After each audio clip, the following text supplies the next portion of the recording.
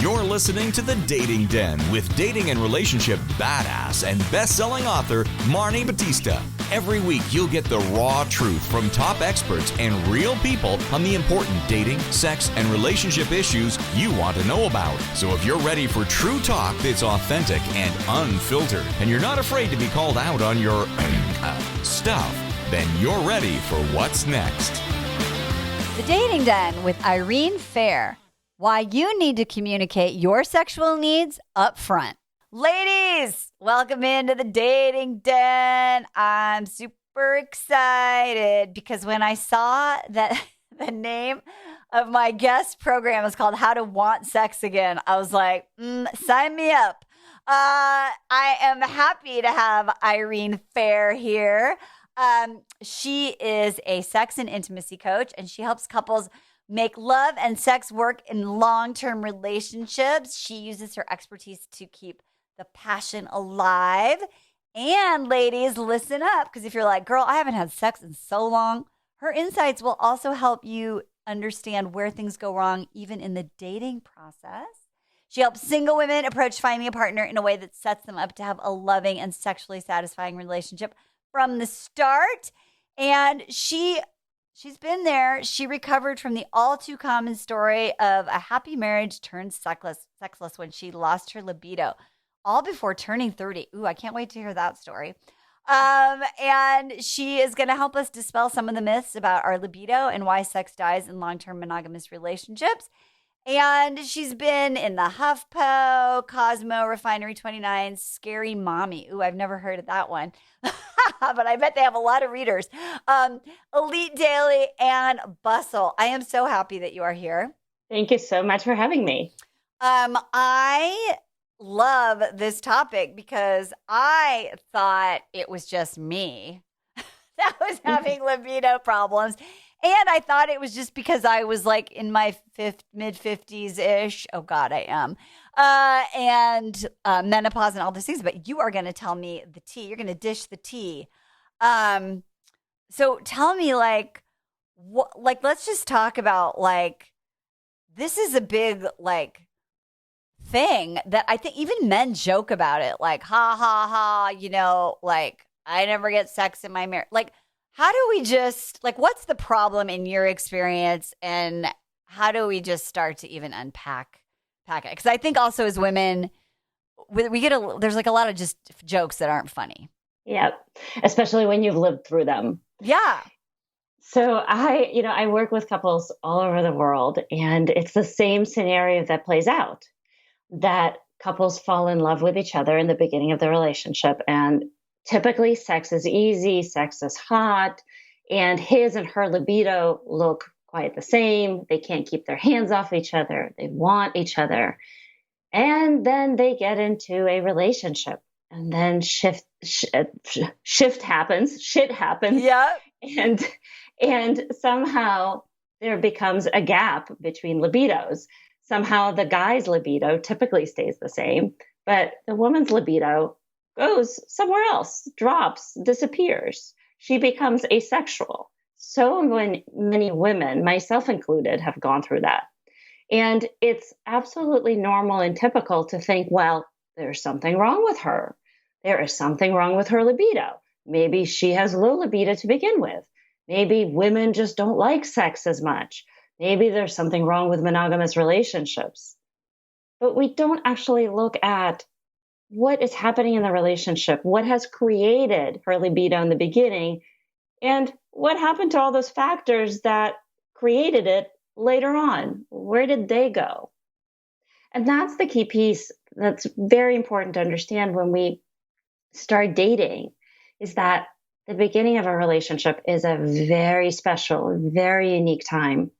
And that should not be the benchmark for your sex life and your libido later on. I love that, because I think that people are always, and we tend to live in the past or romanticize the past or romanticize even relationships that our listeners have that were not good for them, but they're like, oh, but the sex was so good, right? And to really sort of focus in on that past. So I have this question for you, just as a benchmark. Like, is there even a number of times a week or a month that like average couples have? Like, is there a benchmark, or do you just throw that away? You don't compare it to the old days, and there is no regular number we're shooting for. Well, not only is there no number, but there's also no one definition of sex. That you can have sexual connection with your partner in a variety of ways. It could be energetic. It could be, the traditional intercourse. It could be oral. It could be flirting. It could be stroking and fondling each other. It could be all of the above. And when we think of, first of all, a number, but then also this one definition of sex, we really pigeonhole ourselves into one way that sex should look like. But that robs it of the richness that it can have when it's connected and playful and fits the moment.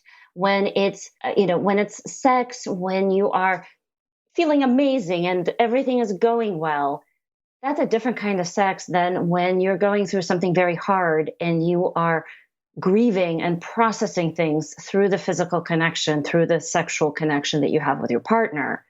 And again, if we're using just one definition of what sex is and what it looks like, we get to miss out on all these other rich experiences.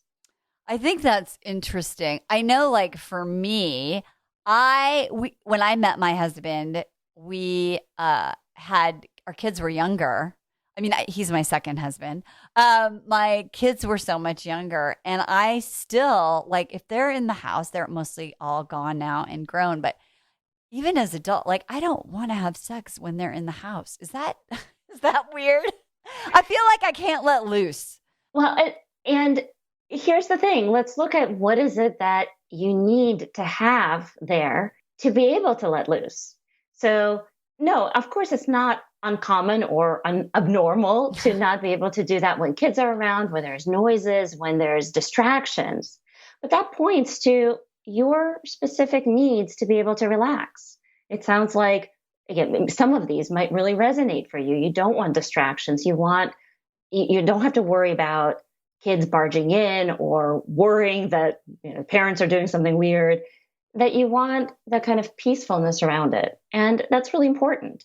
So we flip the complaints and what we think of as normal or abnormal into really needs. And we all have these kind of needs that allow us to relax, that allow us to enjoy ourselves, that allow us to just let loose and surrender to the moment. I love that. This will be one episode that my kids will not want to listen to. Just telling you right now, guys. Nah, this isn't for you. Skip this one. I know, skip this one. And also my daughter's boyfriend. Yeah, you don't want to listen to either, Nate. Okay. So, but I think what's really, I think that this is a great point that I want all of our listeners to really highlight, because what you said is so brilliant. Instead of thinking like what doesn't work, you're looking at what are my needs to have a place where I feel comfortable, where I feel relaxed, where I can get turned on. For me, take me on a vacation. I'll be like all over that, like all day long.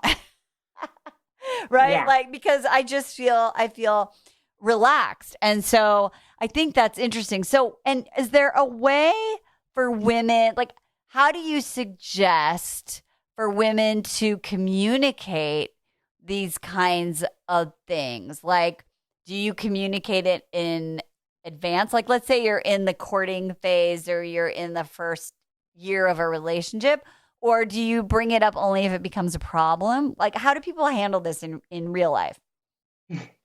Well, what I'm about to say is going to sound pretty radical, but I suggest that we bring up what we need, not specifically sexually, like not positions, not exactly our interests or fetishes, but our sexual needs right up front in the first couple of weeks of the relationship, in the first conversations with a partner. And definitely not wait a year, and definitely not wait till problems show up. And here's why. It's natural for us to default into a relationship. And usually it's the man who will lead the sexual aspect of it. The man will woo us and initiate and lead us to the bedroom, so to speak. And we're in a position then of accepting or rejecting. And, if it's a nice fit, then we will accept his advances and things will go as kind of like will flow out of that. But the problem is that he's leading from his perspective. He's leading from what works for him or what has worked for the women that he was with before. Right. And we're just on the receiving end. And what happens is that every woman is unique. Every woman has her set of needs and desires and preferences.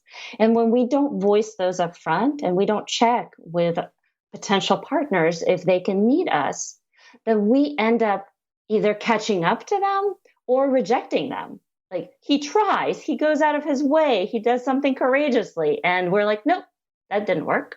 And that didn't work either. And so it creates a negative dynamic from the start. Whereas when you lead the conversation about what your needs are, sharing them openly, not like demands, but that, what I really love is this, what really works for me is this, then we lead the process of designing the relationship for us. We don't end up defaulting into it. We don't end up just waking up a year later and realizing, whoa, that's not actually what I like or what I want. And why is he always doing the same thing? Well, because we let him lead. I love this because I'm a fan, by the way. I like talk about it all because we want to be empowered, right, from the get-go. And we want to like build that foundation of, that equitable, equal kind of partnership, even when it comes to sex.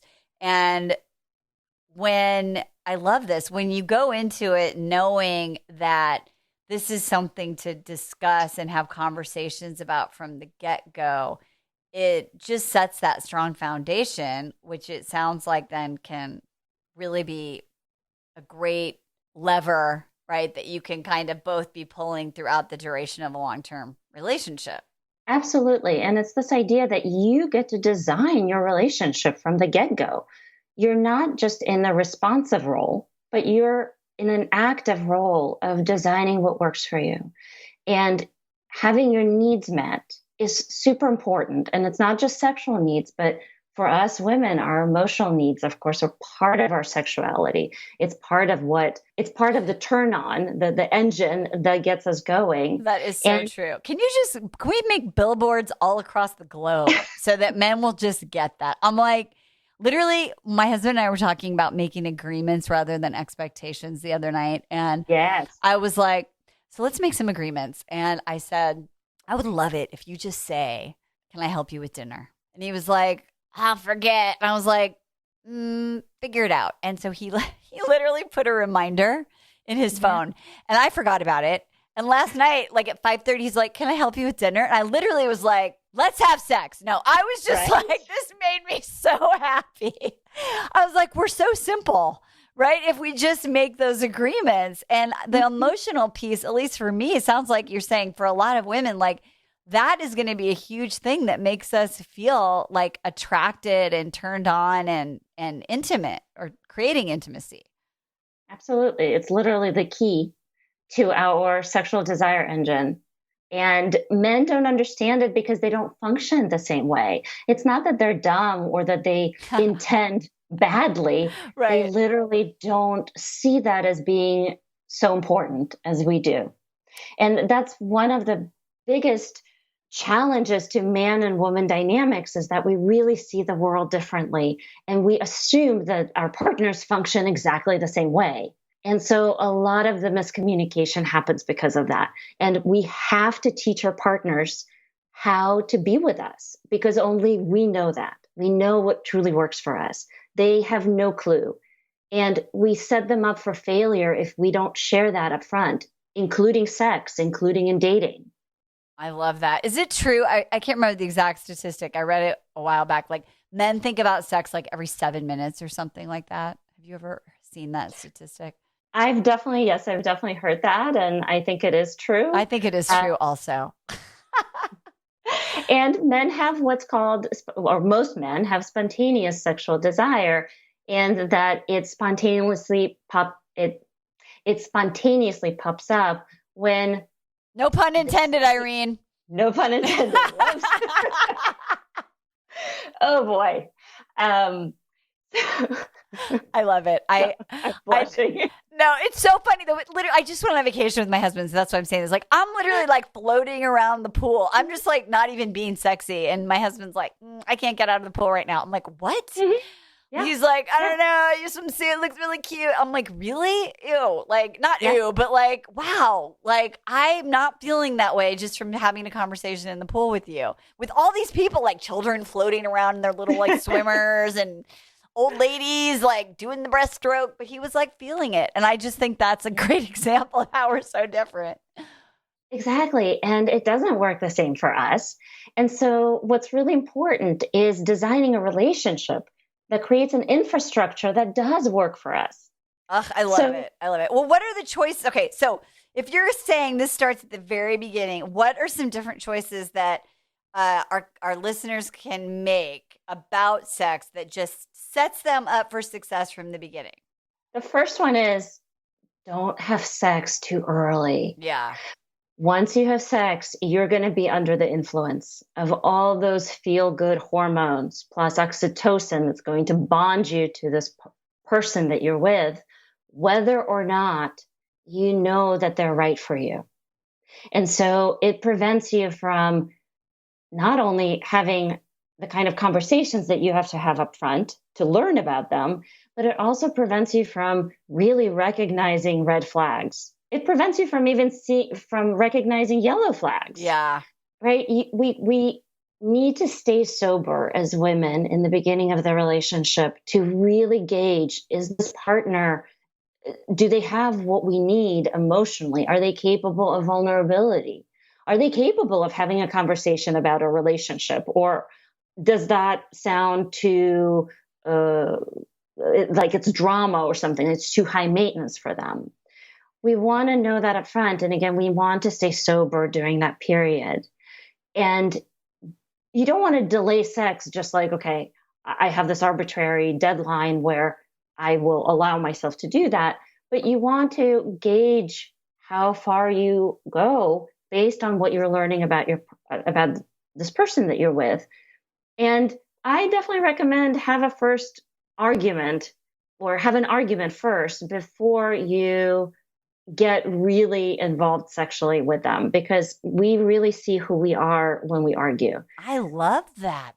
I'm all about, like, I always tell ladies, like, you got to have your own contract, for yourself about when to put the ding dang in the wing wang. And I love that idea of having an opportunity to see someone without the butterflies and rainbows. Yeah.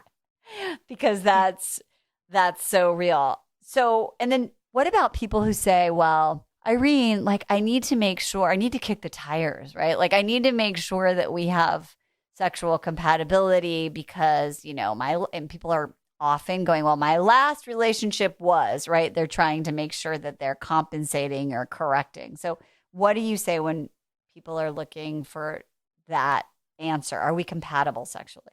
So the compatibility is, of course, incredibly important in terms of feel, touch, smell, taste. You want to know those things, and usually you can tell those things from the beginning. At least a good 70% you can tell in the beginning. And when I say don't have sex too early, I don't mean to not be sexual with them. So by all means, make out, touch, do all sorts of things, but see if you can stay away from penetration and bringing each other to orgasm, because it's the orgasm that releases a lot of oxytocin, and that's what starts to bond us. So experiment and explore. So that's number one. Again, it's not about avoiding all sexual contact. It's be physical, but draw a boundary somewhere. And then the second piece is that the compatibility that we have in the beginning of a relationship is not the same thing that's going to keep or create your relationship fulfilling for the long term. Because in the beginning, so much of the compatibility and the passion comes from the hormones of newness, of attraction, of the sex hormones raging. and they're there to hook you up together and make a baby. So that compatibility is going to be for that. Are we compatible to make a baby, whether or not you want to? But that's our biology. And the traits and the qualities that make for a fulfilling and rich sexual experience in the long term are not those. They are, again, ability to be vulnerable with each other, feeling open with each other, being able to talk about disappointments and what happens when things don't go our way, our ability to ask for what we need and want, our ability to be uncomfortable and not run away or to fight or punch each other.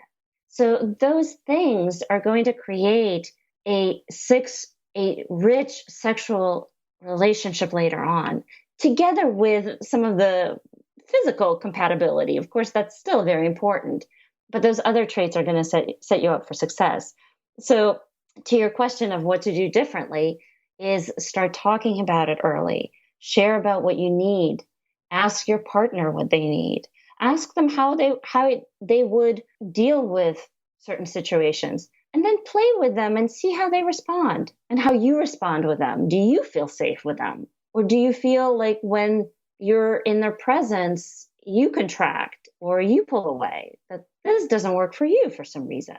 And start to base your conclusion of compatibility on these different elements, on this wide-ranging, richer picture. I think this is really so important, Irene, because there's so, like, just that list that you just kind of shared with us is like, there's so many things. Like, what one person finds a turn on, the other person might not. So are they just sort of like closing their eyes and, thinking about something else, right, to get through it? Or are they actually saying, hey, this doesn't turn me on, but what I would love is this? And I love your opinion on this, because women are like, oh, like that's so embarrassing. I don't want to talk about that. And I'm like, this guy is going to put his penis inside of you. I think that you should be able to have a conversation with him like that in order to have that kind of intimacy. And it's just mind-blowing to me that people are more comfortable doing the deed than they are like talking about what they really want. Yes, this is so common, and it goes both ways as well. Men don't look at women's genitalia either. They may have touched the clitoris, but they may not have ever seen it. They don't know what things look like. And this is a taboo in our culture, that looking at each other's genitals feels so much more private, more intimate than, like you said, putting them into each other. Yet this is the source of so many problems later on, because when there's no intimacy, let me say it differently. Whenever we hold back from our partners, from shyness or fear or awkwardness, we hold back intimacy. And so then the range of what's available in sex to us starts to shrink. Well, we can't do that, and we can't talk about that, and I can't show you that. And if I'm in that position, you're going to see my butt or my belly, and I don't want you to do that. Then again, the range shrinks to the point where you're just doing two moves over and over, and that becomes incredibly unsatisfying for everyone involved. And that's where sex starts to really die in the relationship. It just becomes these few limited motions to get to an orgasm. Ugh, that sounds so boring. Yeah. And I call this friction sex. And at best, it's fun friction sex, but at worst, it feels like, okay, we're just creating friction to get off with each other, but that's about it. And this kind of sex naturally will die if there is no infusion of vulnerability and openness and risk-taking, taking a risk to say what you want and need, taking a risk to show yourself. And that creates what I call connection sex. When you are there fully for the connection, and you're there available for the connection, and you risk taking these steps to create connection, that's when sex becomes ecstatic and rich and emotional, and has different flavors and colors to it that match where you are and where your partner is. And it grows with the relationship over time. And I just really appreciate that, because when you are keeping it fresh by discovering what it is that's missing or what's not working, it's an ongoing conversation. And I would guess, correct me if I'm wrong, that's that foundation that you're talking about early on. Because if I don't realize, like what I realized, I'll just share this, like, is that because we've been together for like 12 or 13 years, the romance part, the soft part of sex was sort of like just kind of got dropped, right? Because of time. Yeah. Right. Mm-hmm. And what I realized, and my husband and I, it was like, oh, remember soft, slow kisses where you just have like time, And I was like, oh shit, I forgot about that. And bringing that back, like, literally changed everything. I was like, ooh, I can still get turned on just from kissing, because it's the kind of kissing we used to do back when we were dating. Yes. But like being able to keep having conversations and discover those kinds of things, which is why, ladies, I always say, like, your non-negotiables that you pick in your partner, usually one of them is around either being open to learning and growing, or there's something around communication or being emotionally available. Those are the foundation things that you're testing, like you're talking about, Irene, at the beginning, by seeing, will this person have these kinds of conversations? So it's as much about, like you said, if you're sober, so to speak, to have these conversations, then you know that this is something that you'll be able to cultivate for years to come as your body and your conditions and your circumstances sort of change, right? Absolutely. And you use the key word here. It's about cultivation, that sex in a long-term relationship needs to be cultivated intentionally, purposefully, with discipline, that it's not going to come out of the hormones of newness because you've been with each other for a while. And it's not going to come out of thin air, because it doesn't. And that it has to be created. It has to be cultivated. And I name 5 things that need to happen. Well, that happen in the beginning of the relationship and then have to be purposefully added back in later on. And in the beginning of the relationship, like you said, there's all this space and time to kiss slowly, to engage with each other. You're just enjoying each other. You're not kissing to get somewhere. Right. You're not kissing to have sex. And that's incredibly important for both men and women, but especially for women, because that has direct impact on our arousal and our sexual desire. Related to that is exquisite attention. All those calls and texts that our partner sends us, the flowers that we get, I'm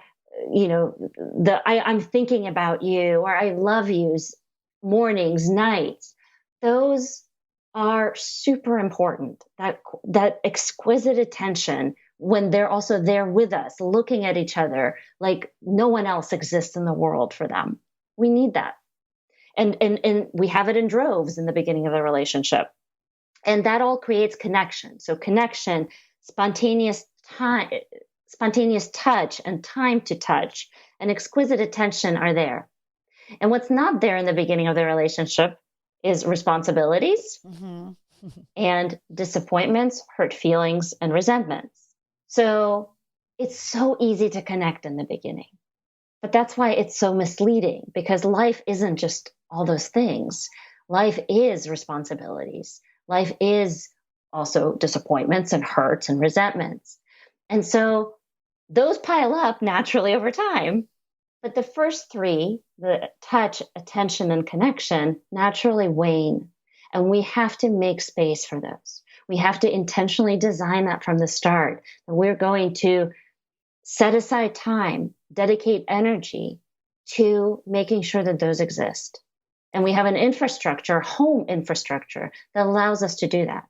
What do you mean? I love this infrastructure. So give me an example. What is an example of like a home infrastructure that allows you to create those conditions? So, for example, scheduling, creating your home life to the best extent that you can around your needs. So teaching your children, if they're really young, from an early age, that there is mommy and daddy time.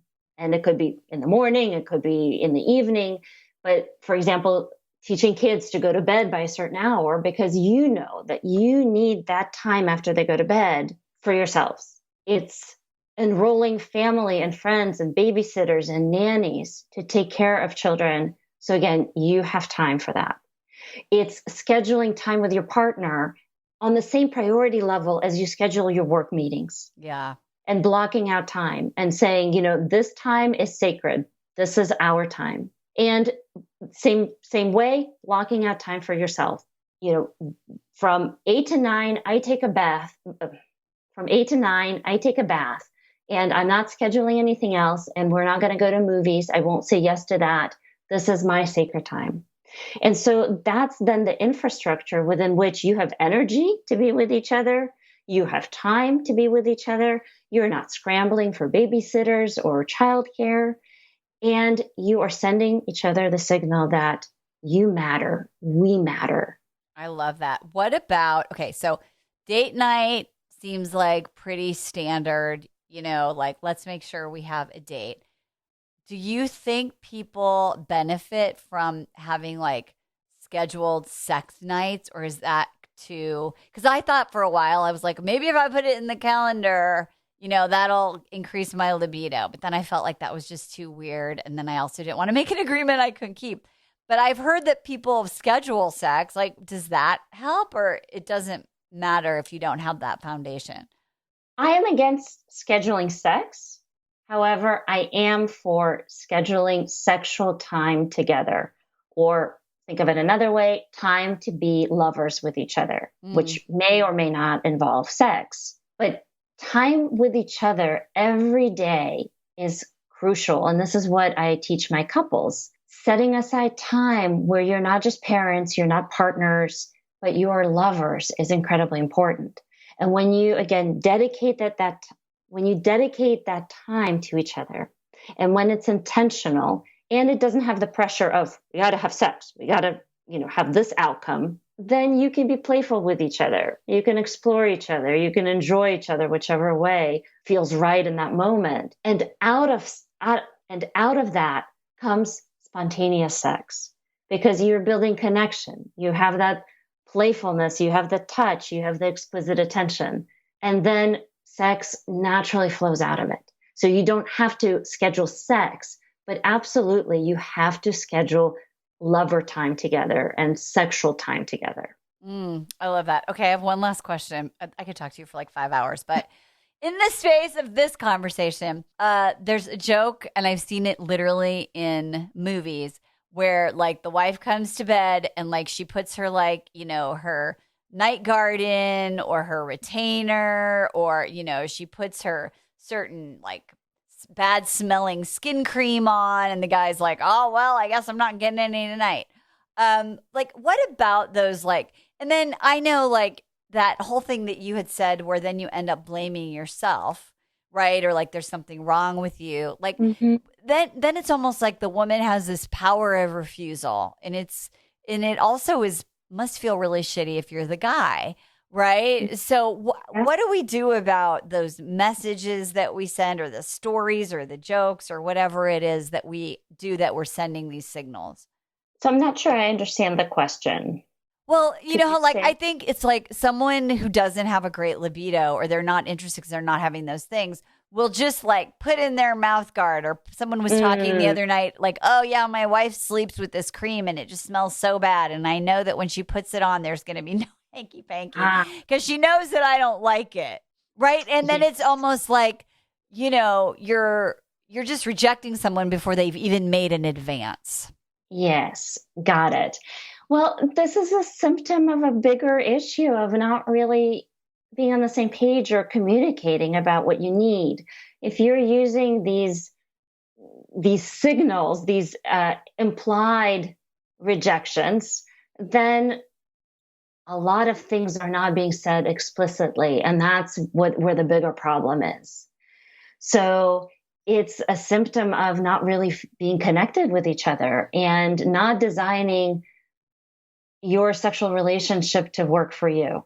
So if that's happening, you got to backtrack and find, well, where are we really disconnected? Let's have a conversation where we're really honest with each other about what works, what doesn't. And that, again, like I said, with the infrastructure piece, let's create it to make it work for us so we don't have to use these strange signals to lie to each other that she's not available. Yeah, and I think that's so important because it's indirect communication. And you were talking earlier about, like, over time you already have these little hurts and disappointments and resentments. So you're just actually adding to the problem, right? Rather than actually dealing with the problem. Absolutely. And sadly, because this is where couples get so disconnected, where so much is left unsaid, and they're just in this painful guessing game of what's happening, how do they deal with it, and they distance themselves from each other and they feel alone even though they're in a relationship, and it's a really painful situation. So that's why I said that it kind of is a downstream effect of some of the already insidious challenges happening. I love this so much. I am so excited to be able to have our listeners understand that, like, this is something that is important to have in the front of your mind in the dating process. And also, and this, I'm like, underline this, people, rewind, listen to it again. The, like, oh my God, he's so hot, we have the most amazing chemistry thing is not an indicator of the rightness or the ripeness of the relationship. And that people use that, like, well, I had this kind of chemistry before, so it has to be like this again, or it's always going to be like this, and if it doesn't, then there's something wrong with him, or there's something wrong with me, or something wrong with the relationship. These are really just about building strong communication skills and having those conversations and agreements early on.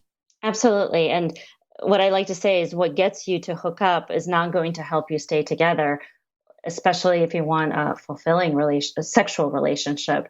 And I talk more about 3 kinds of sex. I haven't touched upon the second one yet in this recording. I haven't touched upon the second type of sex in this podcast, but I do talk in more detail about each type in a video that I have on my website on why sex dies in a long-term relationship. And I invite the listeners to check out and understand what about this kind of sex that happens in the beginning of the relationship, what about it that makes it die out and not be a good indicator. I love it. Okay, I have to have you back on for sure. Ladies, awesome. You want to definitely, Irene has like a video series about how to want sex again, and she's got a Feed Your Libido 5-step blueprint, and you just want to go check her out because we all need to have sex, and it doesn't matter how damn old you are or what size you are. We're all sexual, sensual beings, so let's do it like rabbits. Exactly, and with pleasure. And with pleasure. With pleasurable sex. Yeah, I love it. Oh my gosh, Irene, you're amazing, ladies. Whatever you're doing, when you put the ding dang in the wing wang, do it with some damn dignity. We'll see you next time, Irene. Thanks for being here. Bye bye, ladies. Hey, thanks for tuning into today's show. So if being in an intimate relationship in which you feel 100% seen, heard, and accepted by a high caliber man is a priority for you right now, and you're interested in seeing if you're a fit for working with me and my team at Dating with Dignity, here's what I want you to do. Just head over to DWD VIP, that's D as in dating, W, D as in dating, VIP.com, and book a call to speak with my team. We'll get on the phone with you for about 60 minutes, and you'll get crystal clear on what's stopping you from finding true love right now. We'll also take a look at what you want to create, what you want your whole life to look like when you're able to finally be fully expressed as a woman in a healthy relationship with an incredible guy. And if we can help you get from where you are right now to where you want to be, we will show you the fastest path possible that makes sense for you to do that. We help smart, successful women all over the world solve this one missing piece in their life so they can finally have it all. So to see if we can help you do the same thing, head over to dwdvip.com. I'm Marni Batista, and let's talk soon.